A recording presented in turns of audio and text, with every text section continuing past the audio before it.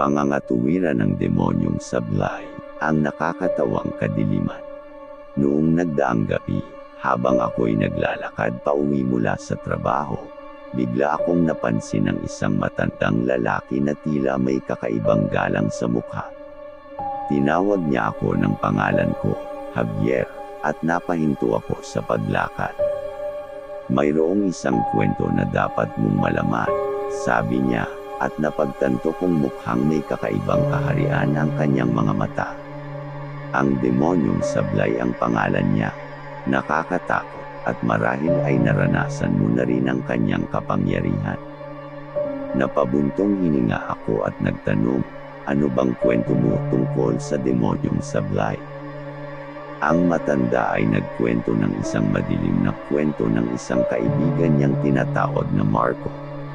Sinabi niyang isang gabi, habang naglalakad si Marco sa madilim na kalsada, bigla siyang napagod at napagod. Isang lamig na hindi kapani-paniwala ang umatake sa kanya. Mayroong mga anino na tila naglalakad na parang tao, sabi ni Marco sa matanda. Naramdaman ko ang presensya ng isang di kilalang puwersa, at ang mundo ay tila nag-iba sa kanyang kaharian. Dahil sa kakaibang pangyayari, nag-iba ang itsura ni Marco. Naging mailap siya, at ang kanyang mata ay nagbago ng kulay. Nagiging gabi-gabi ang kanyang paglalakad, ngunit walang nakakakita sa kanya, maliban sa ilang tao na nagdadaang naririnig ang mga malalakas na yabag. Hindi ka panipaniwala, ngunit kahit ako ay naramdaman ang malamig na hangin sa likod ko habang kinukwento ng matanda ang kwento ni Marco. Ang demonyong sablay ay may kapangyarihan na magtago sa dilim at manggambang sa mga taong hindi inaasahan, dagdag ng matanda. Hindi ko alam kung naniniwala ako, pero nang mawala ang matanda, nagtuloy ako sa aking paglalakad na may kakaibang takot. Kinaumagahan, hindi ko maiwasang isipin ang sinabi ng matanda.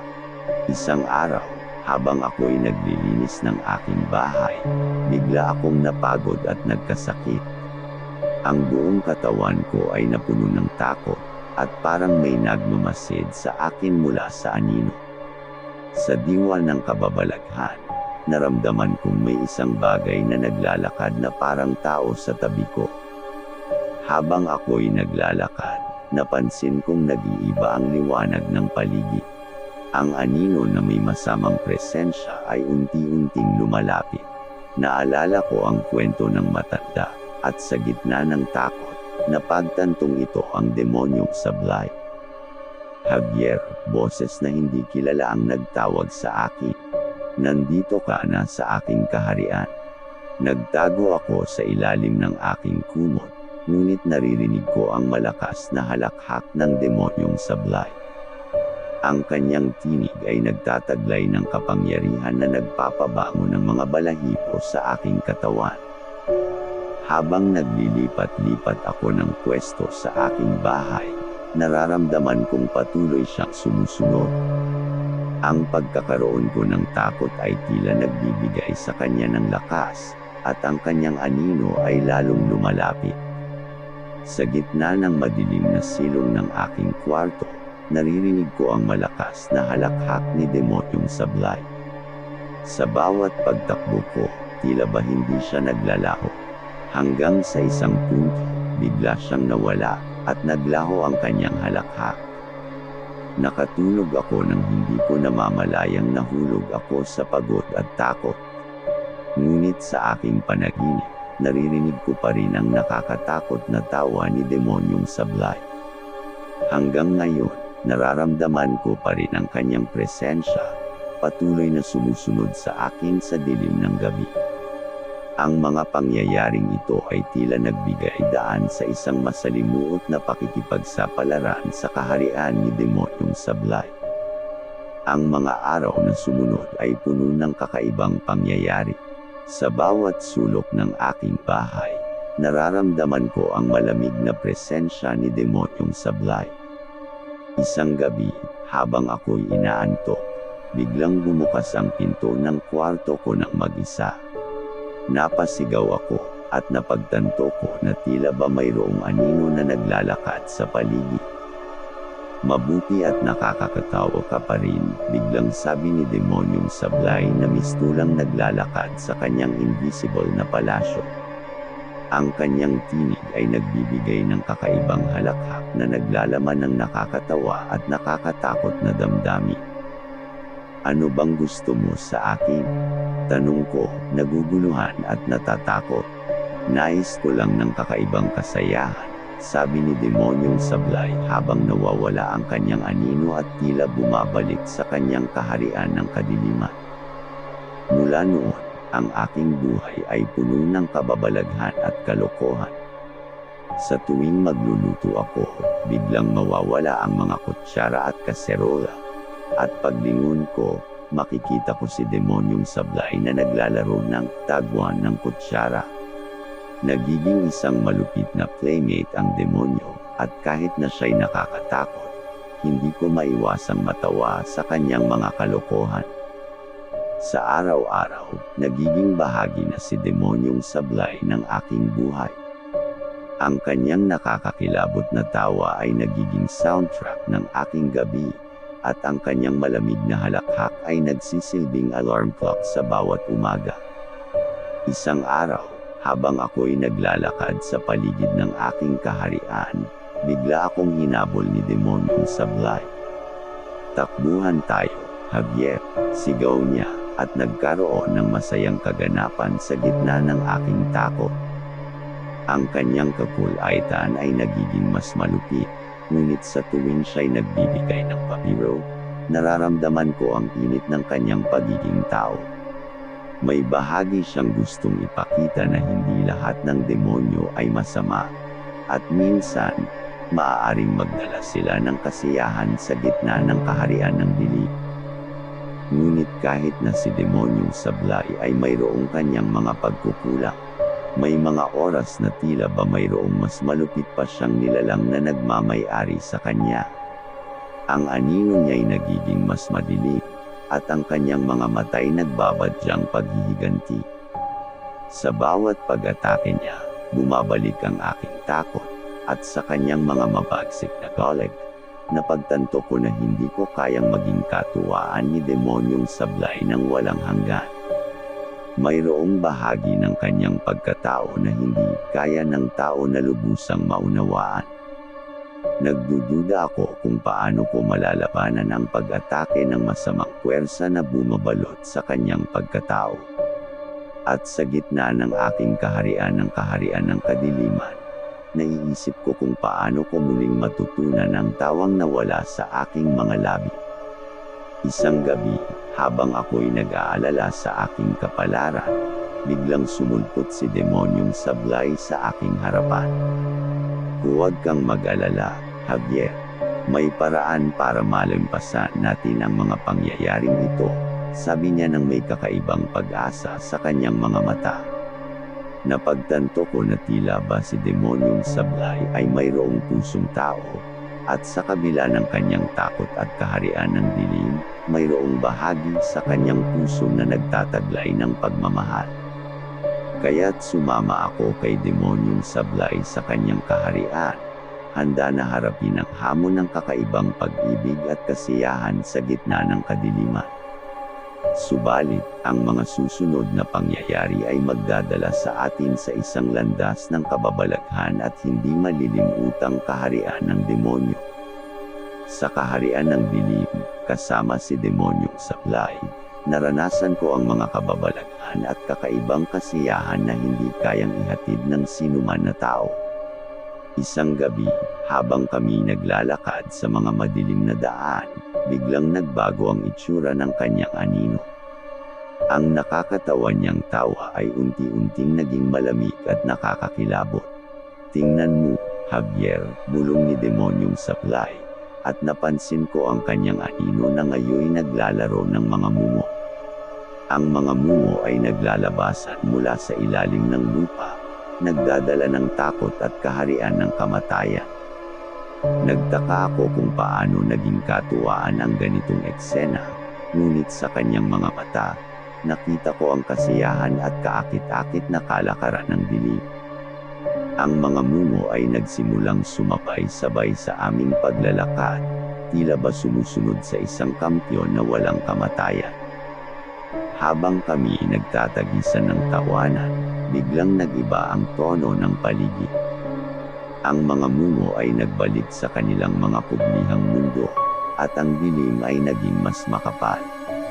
May darating, bulong ni demonyong sablay, at sa kanyang tinig, ramdam ko ang pangamba na bumabalot sa kanyang pagkatao. Mula sa kadiliman, lumitaw ang isang nilalang na tila ba galing sa ibang dimensyon. Ang kanyang mga mata ay pula at naglalabas ng lihim na takot. Ang tawag sa akin ay si Grim, sabi niya, at ang kanyang tinig ay tila umaagos sa madilim na hangin. Sinubukan kong itago ang takot sa aking dibdib, ngunit alam kong si Grim ay hindi ordinaryong nilalang. Siya ang tagapamahala ng pinto patungo sa kaharian ng kamatayan, at sa kanyang pagdating, naramdaman kong mayroong isang malalim at mabagsik na bagay na dadalaw sa ating kaharian. Ang mga mumo na kasama namin ay biglang nawala, nag-iwan sa amin ni demonyong sablay na nag-aalangan sa harap ni Grim. Ang iyong kaharian ay nagiging lupa ng dilim, demonyong sablay, sabi ni Grim nang may masusing pagsusuri sa aming paligid. Hindi ko gusto ang kanyang tono, Javier. Parang nagdadala siya ng masamang balita, sabi ni demonyong sablay na tila ba nagtatago sa likod ko.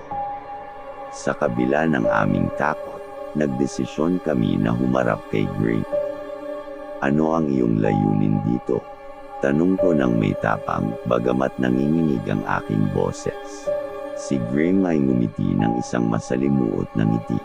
Ang oras mo'y malapit na, sabi niya, at biglang nawala sa kanyang oras ang kanyang nilalang. Naiwan kami ni demonyong sablay na naguguluhan sa nangyari. Ano ang ibig niyang sabihin? Ano ang oras na malapit na? Tanong ko kay demonyong sablay, ngunit siya'y tahimik lamang. Sa mga sumunod na araw, naging mas makapal ang kadiliman sa aming paligid. Ang mga mumo ay hindi na bumabalik, at ang tawa ni demonyong sablay ay nagiging mas tahimik. Nararamdaman ko ang pangamba sa kanyang puso, at alam ko na may mas malalim pang sekreto na hindi niya kayang ibunyag. Isang gabi, habang kami naglalakad sa gitna ng dilim, biglang bumukas ang isang portal patungo sa kaharian ng kamatayan. Lumitaw si Grim, ngunit ngayon ay may dalang masamang balita. Ang oras mo'y malapit na, Javier, sabi ni Grim na may kasamang masamang tawa. At sa iyong paglisan, ang kaharian ng dilim ay lalong magiging mapanglo. Nang marinig ko ito, naramdaman ko ang pangamba sa aking puso. Ngunit si demonyong sablay ay biglang lumapit at nag-angkin ng responsibilidad. Ito ay dahil sa akin. Hindi dapat madamay si Javier sa aking mga kalokohan, sabi niya kay Grim na tila ba mayroong pag-aalala sa kanyang tinig. Ngunit si Grim ay nagtawa ng mas malakas, at sa isang iglap, ang portal patungo sa kaharian ng kamatayan ay sumangga ng masamang hangin. Ang oras mo'y malapit na, Javier, at walang makakapigil sa aking pagdating. Sa pagtatapos ng kanyang mga salita, ang dilim ay nagtagumpay na lampasan ang hangganan namin, at ako'y naipit sa gitna ng alingaw-ngaw ng kamatayan at malamig na kaharian ng dilim. Si demonyong sablay ay naiwang nakatitig kay Grim, at sa kanyang mga mata, kita ang pangako ng isang paglaban na magdadala ng pag-asa o kaharian ng wakas. Nakakubli sa dilim, ako'y nahulog sa malalim na kaharian ng kamatayan at kaharian ng dilim. Sa mga ilalim na ito, natuklasan ko ang mga nakakatakot na nilalang na nagtatangkang kunin ang aking kaluluwa. Sa kabila ng takot, napagtanto ko na ang demonyong si Sablay ay hindi natatakot kay Gray. Nandito ka rin pala, Javier, Sabay na bigkas ni Sablay habang naglalakbay kami sa makulimlim na lugar. Ang oras mo'y malapit na talaga. Subukan mong maging masaya sa kaharian ko habang may pagkakataon ka pa. Ngunit ang mga patawa ni Sablay ay napapalitan ng malamig na hangin at ang pag-apo ng dilim na pumapaligid sa amin. Narinig namin ang mga hiyaw ng mga mumu na naglalaro sa dilim at ang mga banal na mga nilalang na nag-aalay ng dasal para sa aming kaligtasan. Si Grim ay nangunguna sa kanilang hanay, may kasamang masamang ngiti sa kanyang labi. Oras mo nang lumisan, Javier, bulong niya sa akin ng masamang aliw. Dama ko ang init ng pakikipaglaban sa aking kalooban, ngunit kasama si Sablay, nagdesisyon akong harapin si Gray. Hindi kita hahayaang makuha ang kaharian ko ng ganun-ganun lang, sabi ko, na may kakaibang lakas ng loob.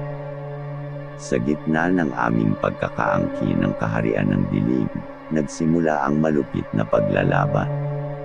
Ang mga mumu at ang mga nilalang na nagsusumigaw ng takot ay nagiging bahagi ng isang masalimuot na paligsahan. Si Sablay at Grim ay nagtatagisan ng malupit na mga kapangyarihan, at ang aming kaharian ay nagiging sentro ng madilim na pandemonyo. Ang dilim ay nagdudulot ng hindi malilimutang mga pangyayari. Mula sa kanyang kamay, hinahampas ni Grim ang hangin, at ang dilim ay naglalakbay sa paligid, nagdudulot ng takot sa lahat ng bagay na nahaharap nito. Si Sablay, naman, ay nagdadala ng malupit na tawa na tila ba nagbabalik sa kanya ang kanyang lakas mula sa takot ng iba. Sa kabila ng aking takot, nagawang pigilan ni Sablay si Grim sa pamamagitan ng isang kakaibang paglipat ng kaharian. Kami dinala niya sa isang lugar na puno ng kapulaitan at kalokohan. Sa bawat pagtawa ni Sablay, nagiging mas malabo ang mga mata ni Grim, at parang nawawala ang kanyang masamang lakas. Huwag kang magpakampante, Javier, bulong ni Sablay habang nagpapatuloy sa kanyang pang-aasar kay Grim. Ang laban na ito ay hindi pa tapos. Sa kabila ng takot, naramdaman ko ang kaharian ng dilim na tila ba lumalaban at nagbibigay ng kalakasan kay Sablay.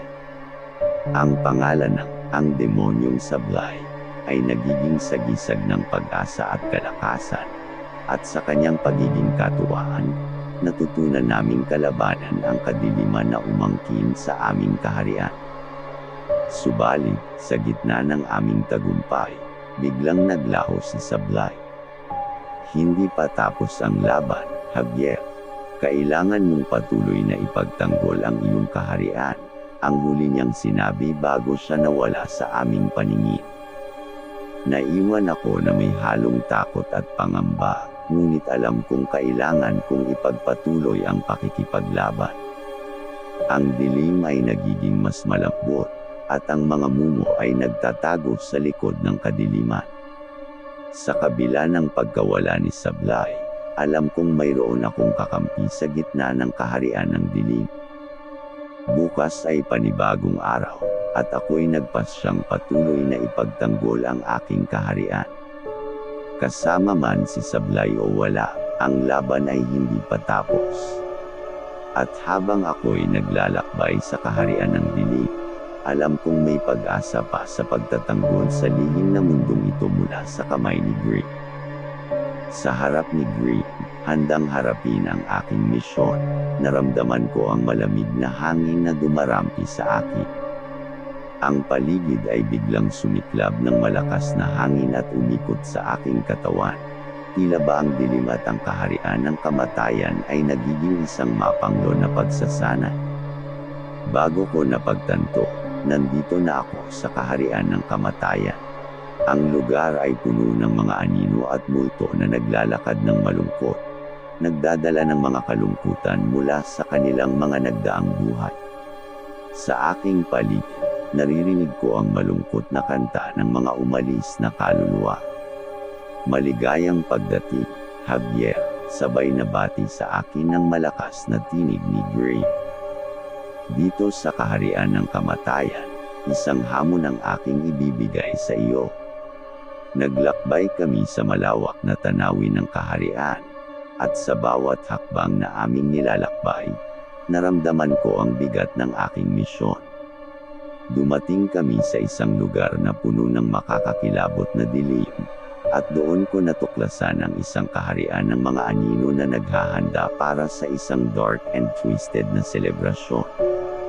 Sa kaharian na ito, Javier, ikaw ay haharap sa iyong kinahinatnan, wika ni Grimm habang ako'y iniuugma sa kakaibang ritual.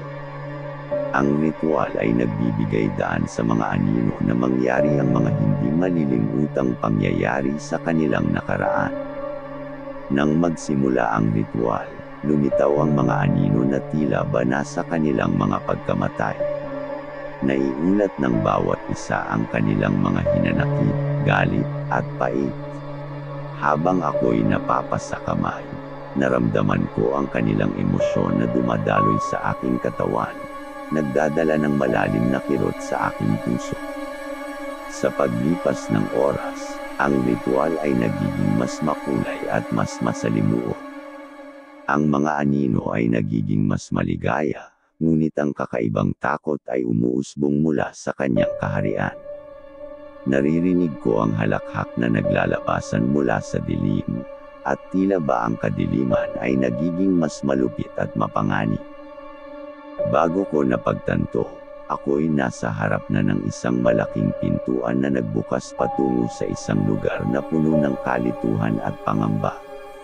Dito mo matutuklasan ang iyong kapalaran, sabi ni Grimm habang ako'y hinahatid sa pintuan ng kaharian ng kamatayan.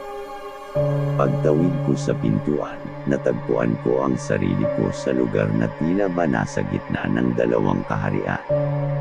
Sa isang banda, ang masaya at malupit na kaharian ng dilim ni Sablay, at sa kabilang banda, ang malungkot at makaluma na kaharian ng kamatayan ni Grimm. Habang ako'y naglalakad, nagbabalik-balik ang dilim at liwanag, nagtataglay ng kakaibang simbolismo ng buhay at kamatayan.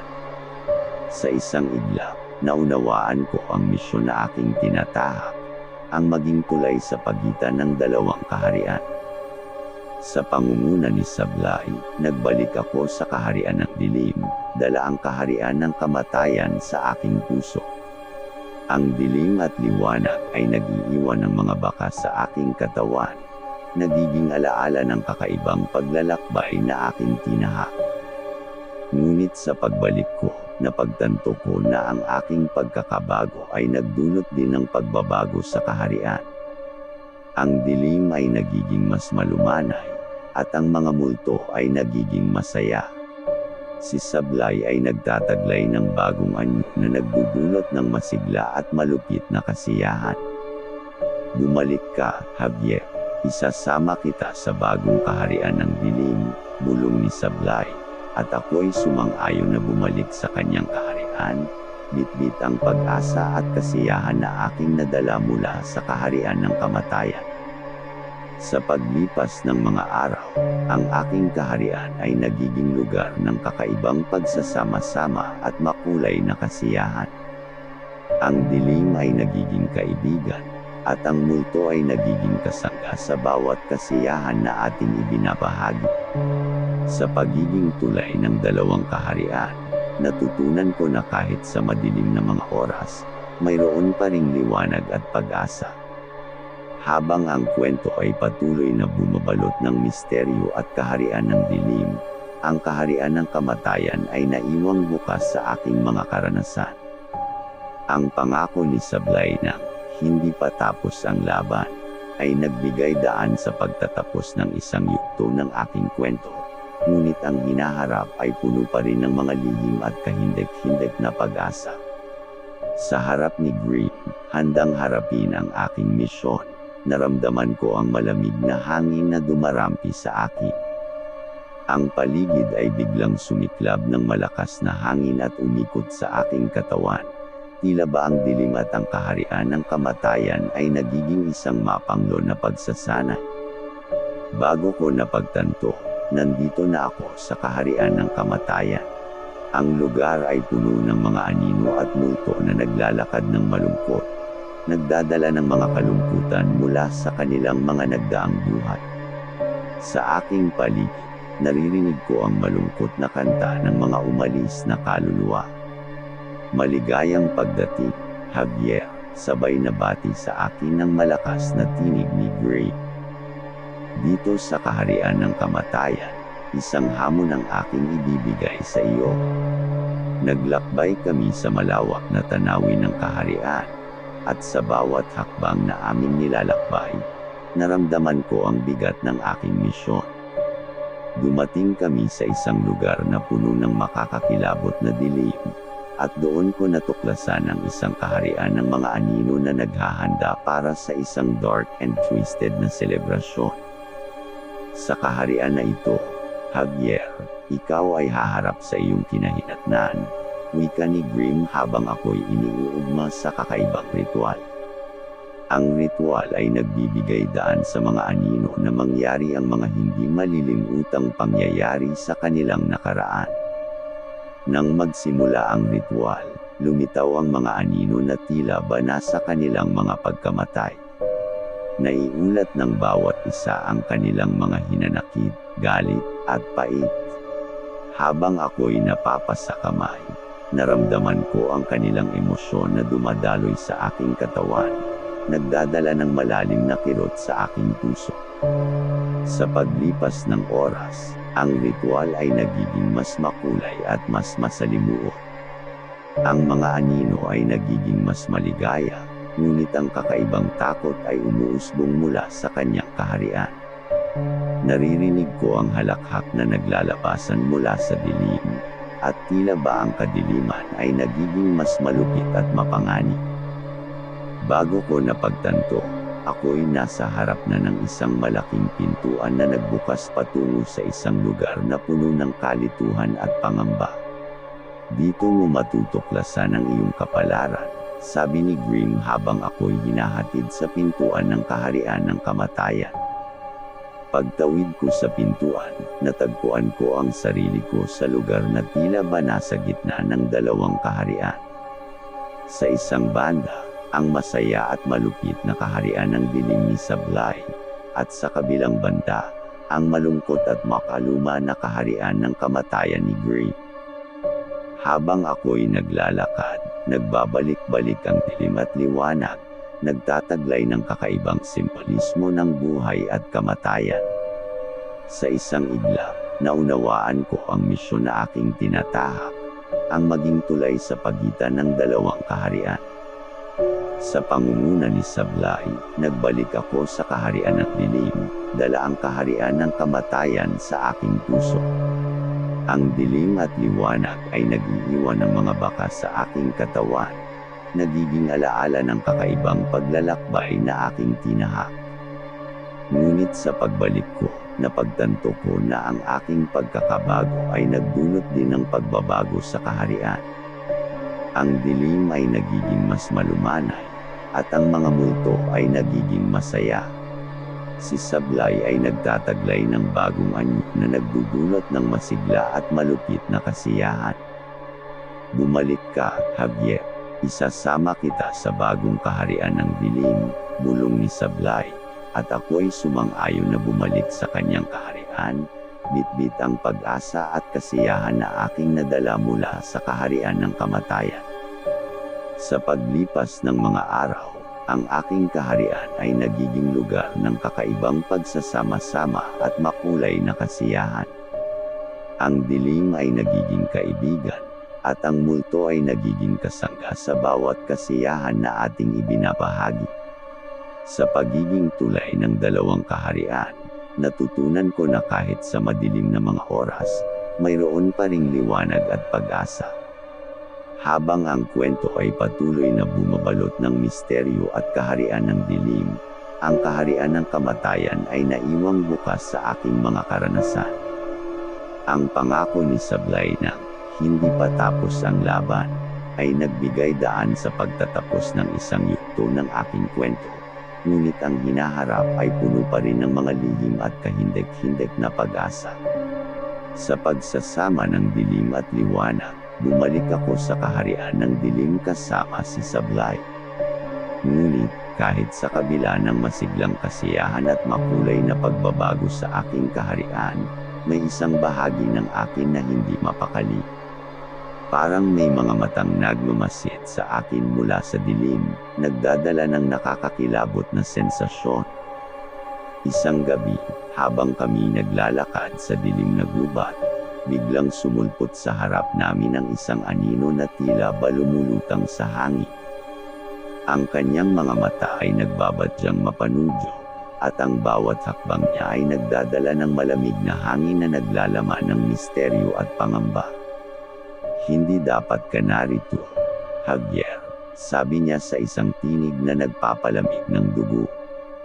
"Ang iyong kapalaran ay may mabigat na pasanin." Bilang sagot, si Sablay ay naglakas loob na humarap sa aninong ito. "Sinong nagturo sa iyo na manghimasok sa aming kaharian?" Tanong ni Sablay, tila ba may kakaibang galit sa kanyang tinig. Ang anino ay ngumiti ng isang mapanudyo at misteryosong ngiti. "Ako ay isang nagmumula sa lugar na hindi mo kayang malaman. Subukan mong pagtakpan ang iyong mata sa katotohanan, demonyong Sablay," wika niya, at biglang naglaho sa hangin ang kanyang anino. Naiwan kaming dalawa ni Sablay na nagtataka sa pangyayaring iyon. Ang malamig na hangin ay nagbago sa isang mas matindi at makakalapit na damdamin. Parang may mga multo na nag-uusap sa likod ng aming mga balikat, nagdadala ng misteryo na hindi namin kayang unawain. Sa mga sumunod na araw, dumating ang isang lihim na tagapagbalita na nagdadala ng balita mula sa malalayong lugar. Ayon sa kanya, may isang kinatatakutan na nilalang na bumabalot ng dilim at nagdadala ng malubhang balak sa kaharian ng dilim. Napakalamig ng kanyang galit, sabi ng tagapagbalita, tila ba natatakot din sa kanyang sariling kwento. Ang tawag sa kanya ay ang aninong paghiganti. Siya'y may kapangyarihan na sumire ng buong kaharian. Habang naririnig ko ang kwento, napagtanto ko na ang aninong nagpakita sa amin ay may kaugnayan sa bagay na ito. Ang pangamba ay bumabalot sa aking puso, ngunit si Sablay ay tila nagtataglay ng isang di matitinag na tapang. "Narito na ang panahon upang harapin natin ang hamon," sabi ni Sablay, tila ba handa nang salubungin ang aninong paghiganti. Samantalang kami naglalakbay sa kaharian, unti-unti itong nagiging mas makulimlim. Ang mga anino at multo ay nagtatago, nagdadala ng nakakakilabot na katahimikan sa aming paligid. Nararamdaman namin ang paglapit ng malakas na kapangyarihan na tila ba nagdadala ng malupit na bagyo ng kadiliman. Sa isang madilim na sulok, lumitaw ang aninong paghiganti. Ang kanyang anino ay sumilay sa aming harapan, at ang kanyang mga matay nagbabadyang magsabog ng galit at paghihiganti. "Hindi mo kayang pigilin ang aking pag-iral, demonyong Sablay," sabi ng aninong paghiganti, at ang kanyang tinig ay nagdulot ng pangamba sa buong kaharian. Si Sablay ay nagtago sa likod ko, tila ba nababalot ng pangamba. Ngunit sa gitna ng aming takot, may isang kakaibang lakas na bumabalot sa akin. Naramdaman ko ang init ng liwanag na tila ba nagmumula sa aking puso, at sa isang iglap, nagtagumpay akong pigilan ang aninong paghiganti.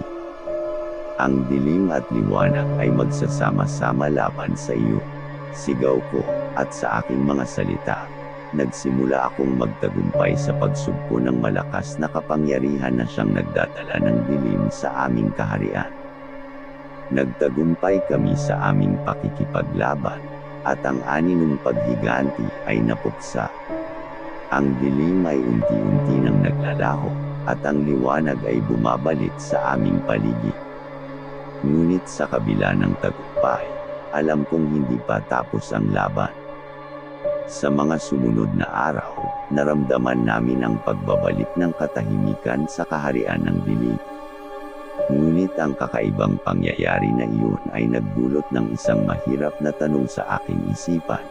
Sino ba talaga si Sablay at bakit may aninong paghiganti na nagdadala ng malakas na galit? Ang aking mga mata ay tila ba nakatutok sa madilim na horizon, at alam kong may mga lihim na dapat pang mabunyag.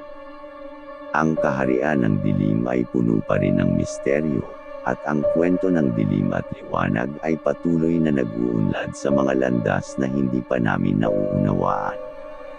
Sa kabila ng tagumpay sa laban kay aninong paghiganti, hindi pa rin natapos ang misteryo sa kaharian ng dilim.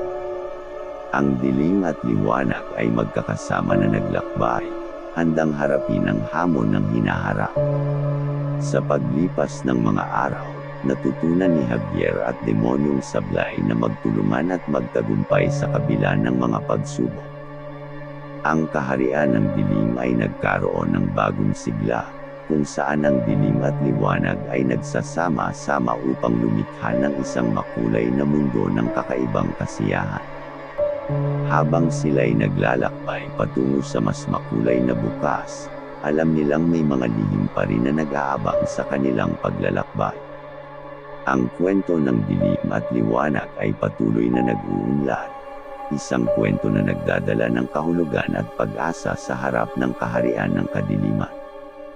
At sa huli, ang dilim at liwanag ay nagtagumpay sa pagpapakita na kahit sa malalim na kaharian, maaaring magkaroon ng kasiyahan at liwanag. Ang kwento ng dilim at liwanag ay nagtatapos sa pag-asa at pananampalataya na may mas magandang bukas na naghihintay sa bawat isa. Salamat sa inyong pagsuporta at panunood. Please subscribe, like and share para sa marami pang nakakatakot na kwento dito sa Kwento ng Kaba.